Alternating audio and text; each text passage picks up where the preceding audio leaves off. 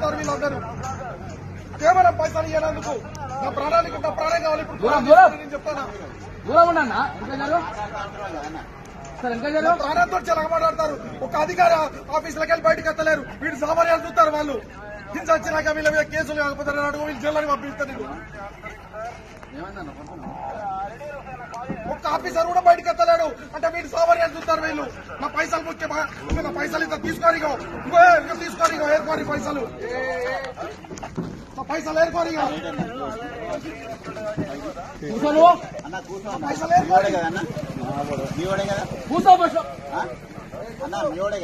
ఎన్ని లక్షలు కావాలి, లక్షలు తీసుకొని ఏర్కోనిగో పైసలు.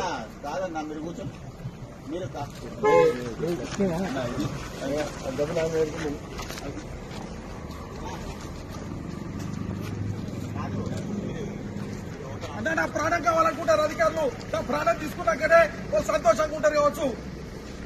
నా పైసలు ముఖ్యంగా లంచమో ఎన్ని పైసలు కూడా తీసుకొని అక్కడ మారేసిన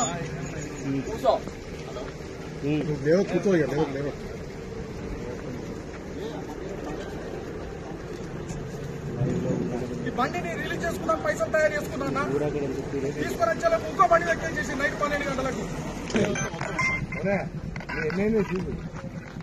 నా 3 బళ్ళు సీజ్ చేసాడు. 3 అక్కడ బసాదార్ పోలీస్ స్టేషన్ ఉన్నది. ఇంకో కాడు ఉన్నది. నా ఎంబడేమంటారు వీళ్ళు. ఏ ఒక్క లారీ ఓనర్ మీద కేసు అవుతుంది, నా మీద ఎందుకు కేసు అవుతుంది?